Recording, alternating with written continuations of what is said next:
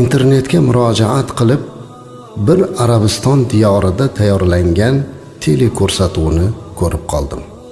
Ko'rsatuv onaga yaxshilik qilish mazmunida edi. Ko'rsatuvni ahli ilm olib borar, ko'rsatuvda bir qancha insonlar ishtirok etardilar. Birdan ko'rsatuvni olib borayotgan xonaga kursida o'tirgan taxminan 30 yoshlardagi bir yigitni olib kirib qo'yishdi. Yigitni oyog'i ishlamas, qo'li yo'q edi. Ajib holat. Men o'yladimki, bu qo'li yo'q, oyog'i ishlamas yigit ham olimmikin, ona haqida mau'iza qilib berarmikin deb qarab turdim. Ko'rsatuvni olib borayotgan boshlovchi o yigitga qarab, ona haqida bizga gapirib bering degan savolni berdi. Mendan ona haqida so'rayapsiz. Nima ham derdim? Men o'zimni onamni gapiraman-da. Tug'ilganimda oyog'im ishlamaydigan, qo'li yo'q bir go'sht bo'lib tug'ildim. Onam meni tashlab yubormadilar. 30 yildan beri boqib, ko'tarib, avaylab, asrab kelmoqdalar. Sizlarga men savolim bor, dedi haligi qo'lsiz yigit tomoshabin bo'lib turganlarga qarab. Agar sizlar ovqat yesangiz-u, ming bor uzr, ammo o'sha ovqatni chiqarish qobiliyatingizni yo'qotib kasal bo'lsangiz nima qilasiz dedilar. Ular aytdilarki, dori ichamiz dedilar. Dori ham yengillatmasa-chi, tabibga boramiz. Tabib ham yordam bera olmasa-chi, unda amaliyot o'tkaziladi, jarroh aralashadi dedilar. Demak, har safar shunaqa bo'lganda tabib, dori va boshqa vositalar sizlarga yordam berar. Ammo men tug'ilganimdan beri oyog'im shol bo'lganiga yetmasdan ichagimni harakati ham sus. Mana ovqat yeyman-u, hojatimni onam o'z qo'llari bilan chiqaradi. 30 yilki onam mana shu xizmatni qilib kelyaptilar. Ba'zan odamlar menga savol beradi.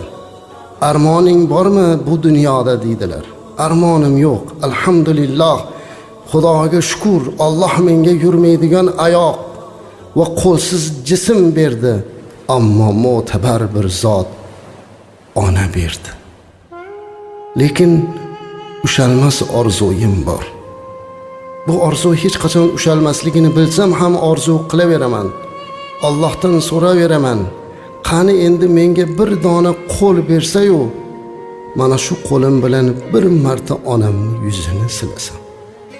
Bir marta onamni bag'rimga bossam. Bir marta onajonimni ko'z yoshlarini o'zim artib qo'ysam. Mana shu meni armonim. So'ng u yigit teletomoshabinlar va barcha tomosha qilib turganlarga murojaat qildi. Ey onasi borlar, ey qo'li harakatlanayotganlar, meni-ku qo'lim yo'q ekan, ammo siz qo'li borlar, qachon oxirgi marta onangizni quchoqladingiz? Qachon oxirgi marta onangizni yuzini silab qo'ydingiz? Qachon oxirgi marta onangizni yuziga yuzingizni qo'yib rozilik so'radingiz? Yigit shu so'zi bilan o'zini so'zini tugatar ekan, hammani ko'zidan yosh oqdi. Jumladan kamina xodimingiz ham ko'z yosh to'kdi. Bugun o'sha qo'li yo'q yigitni nidosini men sizlarga qaytaraman. Ey qo'li borlar, qalbi urib turganlar, uyda onasi borlar, qachon oxirgi marta onangizni quchoqladingiz? Qachon onangizning yuziga yuzingizni qo'yib, onajon, mendan rozi bo'ling. Yuzlaringizdagi ajinlarda mening xizmatim bor. Sochingizdagi oqlarda sababchisi men. Sizga borimcha xizmat qilay deb qachon aytdingiz? Bolangizni quchoqlab yuzidan o'parsiz, boshlaridan silab erkalatarsiz. Lekin sizni bu dunyoga kelgizgan, butun hayotini sizga baxshida qilgan onangizni ham yuzini silang, yuzlariga boqing. Hayot bo'lib turganlarida to'yib bag'ringizga bosib oling. Toki yo'qotib qo'ygandan keyin bu imkoniyatni topa olmaysiz.